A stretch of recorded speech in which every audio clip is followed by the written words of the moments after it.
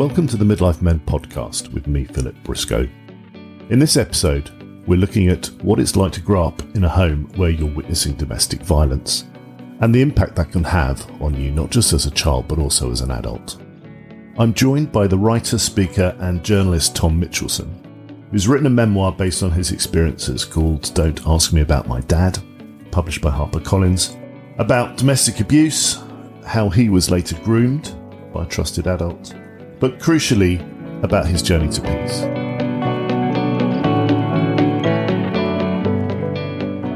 Hi Tom, you wrote a book called Don't Ask Me About My Dad, selling very well. It still tells a story of your childhood through to adulthood and principally the impact that your dad had on yourself and your family and your siblings. And I wonder if we could start by, you could tell us why you decided to write the book. Well, I think that I was always a writer, and that's what I did professionally, with some success and then other times not. And I was a journalist, and then I was a joke writer as well. So I like telling stories, and that was kind of what I did, and that's what interested me. And my own upbringing, I mean, just to sort of give you, the background of it, my dad was a very violent man, violent towards my mum.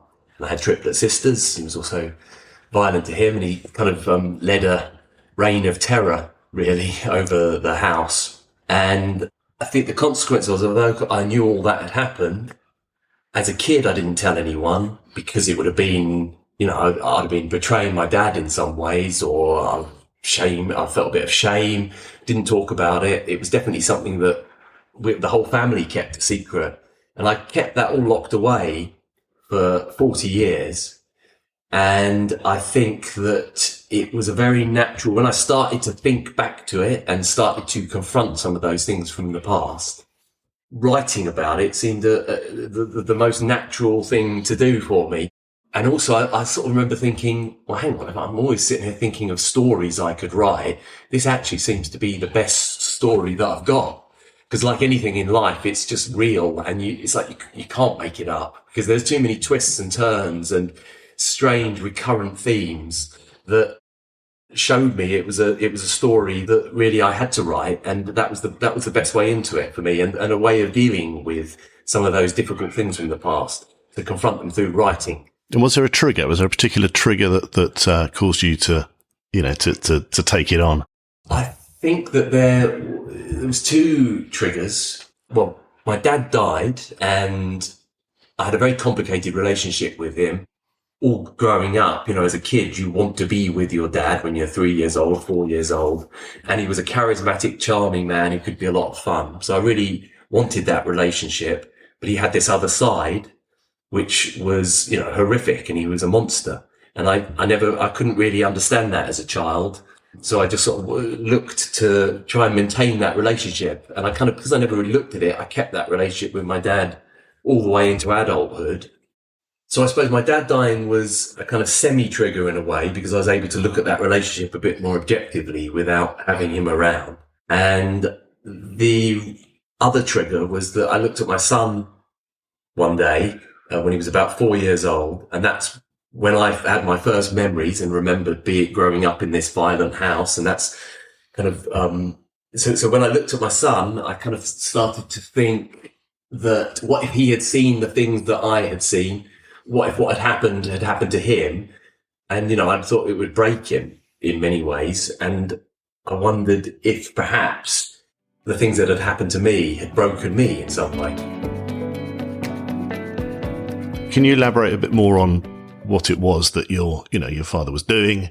What was it like as a 4-year-old growing up in the house? What were you experiencing? So many days would be kind of peaceful. We'd, watch a film together, my dad and I, play a game of chess, just sort of normal activities that a family might. But then he would have this sort of switch that would turn, and you never quite knew what it would be. It could be totally insignificant to anyone else. And he would just become a madman, and he would hit, punch, kick my mum. I know that he raped her too, drag her down the hair by a street while the neighbours watched. Police were called lots of times. And he had a real control over my mum. and we were in and out of refuges as well. So sometimes we got away. He had a way of getting my mum back. And obviously living like that, I mean, you're just on eggshells the whole time and you never know. So even when there's peace, it's not really peace because you're thinking what's going to happen next. And it was totally and utterly devastating because the kind of fury that my father had, I've never seen anything like it in my life to this day.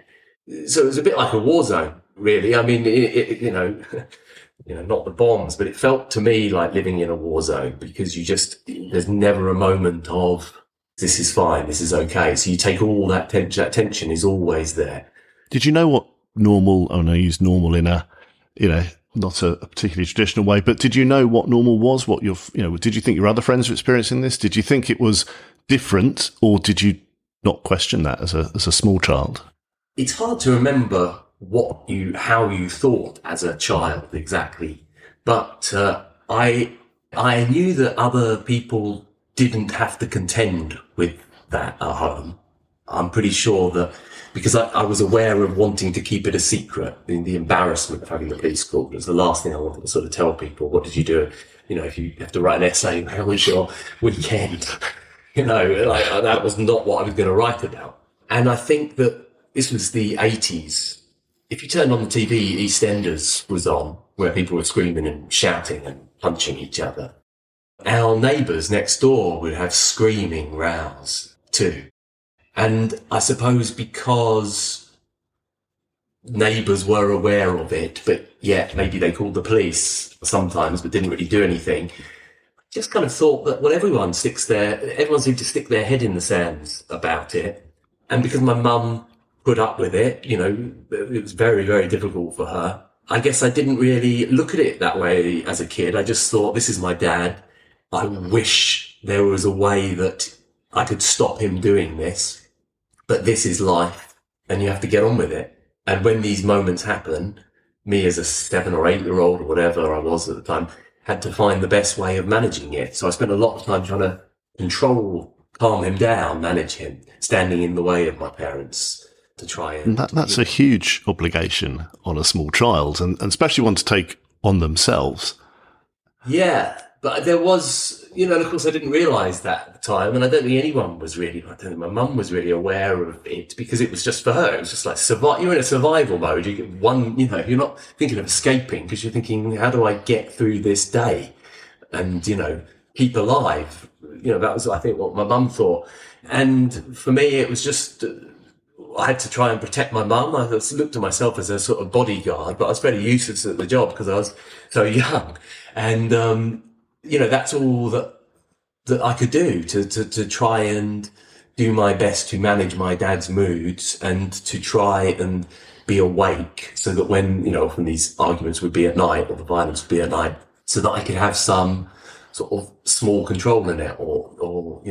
And despite living this environment, this kind of war zone, you were still trying to find good in your dad. You were still loyal. Is that right? I mean, how did you, was that because you were still hoping that you'd have a normal relationship with your father and he would, behave as perhaps you wanted him to? Were you constantly, were you optimistic that would happen? I don't think I looked at it like that then. I just think I longed for those moments of tranquility, where it just seemed like there was no violence, there was no fighting. My dad was in a good mood. That's what I was looking for. And I guess there was hope there that, maybe this will stop eventually. Maybe, sometimes it might be a week or 2 weeks without any incident. And you think, well, maybe it could go longer than that. But I'm not sure if you think about it as a kid like that. I couldn't break it down. He was just, this was my life. This was the man that we lived with. Let's try and survive it. And I think it didn't go beyond that. And then I think I got trapped later in life in that thought process.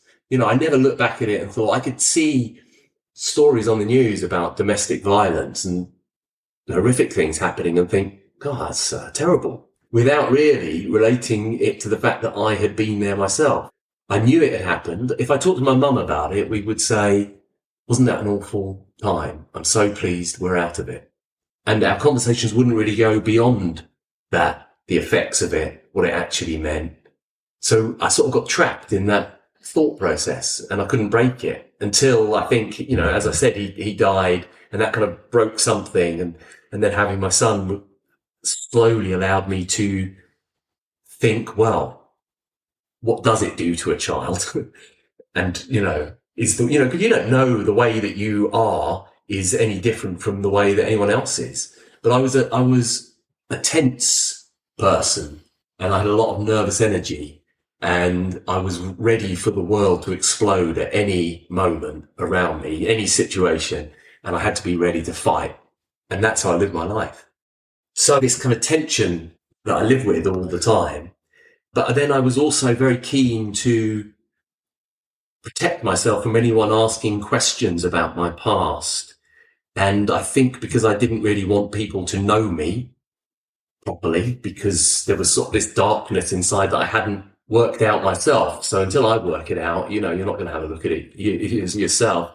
So then I put on an act. I mean, I think this is what loads of people do. And we might all do it to some extent. But I just became this person that would tell stories, good at parties, I wanted to be really charming, smooth. And so when I was out, I was just performing.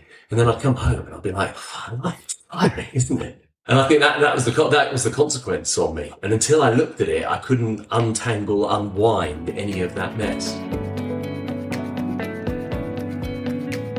Did you try and understand, or do you know why your dad behaved the way he did? Do you know anything to do with his own background or upbringing? Have you ever tried to decipher that? Yeah, I mean, as much as is possible, I know that he came from a violent home himself. His dad was violent with his mum, so he learnt that behaviour firsthand, from firsthand experiences. And I think from things that he said himself, I think his mum was particularly cruel to him with punishments. And I think he had a lot of anger about that. Just hitting him with sticks or whatever, or kind of humiliation, really. I think he was made to wear some sort of potato sack or something. And I think he was just a very, very angry man. So I think he saw it firsthand, but I think he felt humiliated as a child and growing up. And he was intent on taking it out on people, on he was a very violent man. He had lots of fights growing up. And so I think, I think that he saw it firsthand and then sadly repeated that behaviour. And do you think, and I know we've discussed this before, but do you think that was to do with the time, the time that he grew up in, post-war, 60s, 70s, or do you think it was just something that would have happened anyway? Some people just have that sort of, DNA that they can't cope with stress and it comes out as violence and aggression. No, I mean, I certainly, you only have to look at lockdown and all the calls to domestic abuse hotlines to realise it's very much real now, just as it was 20 years ago, 50 years ago. I think it's always happened and sadly always will until these things are much more in the public consciousness and we can talk about them and call them out. And that's the answer, and eventually making people more aware, teaching the police how to deal with these things. So certainly back when he was growing up in the 50s, I think you had a lot of traumatized people from the Second World War, who may well have used violence as a way of as an outlet for some of that trauma. And I think there was an understanding that an Englishman's home was his castle. So what happened in there was his business. There's a kind of sexist attitude to it. I doubt the police would have been particularly interested. I know that even in the 80s, when the police came to our house, it was always viewed as a breach of the peace. There's been a breach of the peace rather than an assault. And the police would usually just go away. They'd see, is everything okay? And they'd detect maybe personally they would be able to see that there was some sort of tension in the air, but they'd just have a word with my dad and they'd consider it job done. And the police didn't have training in those situations to realise, well, maybe the woman's not going to speak up in front of them. So I think that things are getting slowly better as we kind of educate ourselves. But I think it's just a problem that persists and carries on to whatever the generation. So since you've written the book, you've had people, read it and feed back to you. And what sort of response have you had? Have you found that there are lots of other people out there who've suffered some sort of kind of traumatic childhood? It's incredible. I mean, tends to be that the people who have got in contact with me about the book want to tell me their own story that is either similar or has echoes in my story. But really, it's the people that I know who have read the book, and I would say almost half of them have had some experience of domestic violence, and that shook me because people just write to me saying, well, who I knew, saying, I had something similar. I grew up like this. Maybe it was worse. Maybe it was, a one-off incident, but a deeply affecting incident. And it just shows me how widespread this thing is. I mean, it's incredible. Everyone's got some sort of, it seems to me, some sort of, difficulty from their past that kind of haunts them in some way. And they're kind of eager. I never knew this before because I've never involved myself in sort of big emotional conversations with people in that way, or I wouldn't really listen to it because I kind of couldn't really handle other people's pain without being able to handle my own. And it's only when I've sort of got a grip on my own difficulties from the past that I've been able to understand other people. So basically, there are a lot of people walking around carrying scars of their childhood, and whether they've faced up to that or whether it's just like an ongoing piece of baggage. But for you, you've written a book. How has that helped you manage what happened to you in the past? It is very much like if you have painful, hard things that have happened to you in your past, it's very much like an open wound, a physical wound, until you begin to dress it. And if you don't dress it, it leaks out in ways, in your behaviour, in your attitude to things.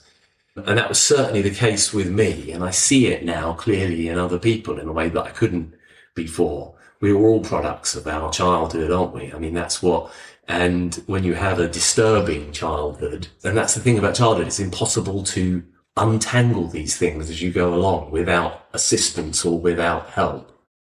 So for me, writing the book, I was able to spend time in those painful places and write and think about not just, well, this happened and that happened, but what did that actually feel like? What did it mean? What were the consequences? And all those questions were incredibly useful in untangling the pain of the past and what it all meant. So it's a difficult question, but do you have, what advice would you give somebody who is carrying around, a lot of, toxic, memories that still impact them, even as an adult in their 40s, 50s? What advice would you give them based on your experience? I mean, not everybody's going to write a book, but what advice would you give? I think I would always be really careful about giving advice about what people should do about their own traumatic pasts. But I know that if you sort of block it out, it remains a bleeding wound. And I'm sure that the only way is to understand the things that have happened and slowly come to accept them. And to do that, I think you have to think as deeply as you can about them in a hard way. And it's always frightening because it hurts physically to think back to those times. I couldn't think back to my childhood.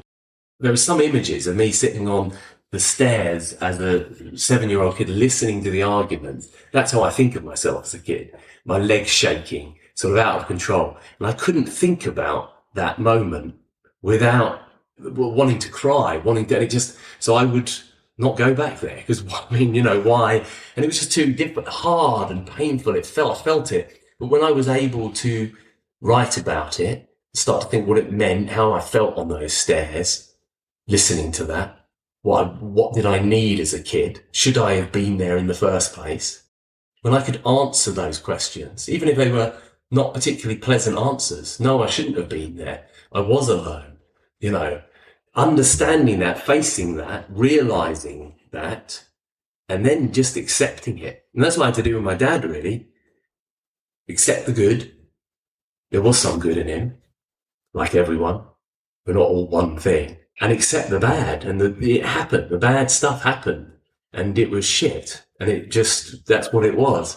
But that, looking at it and examining the past in that way, for me, brought peace. Because otherwise it was just some dark shadow.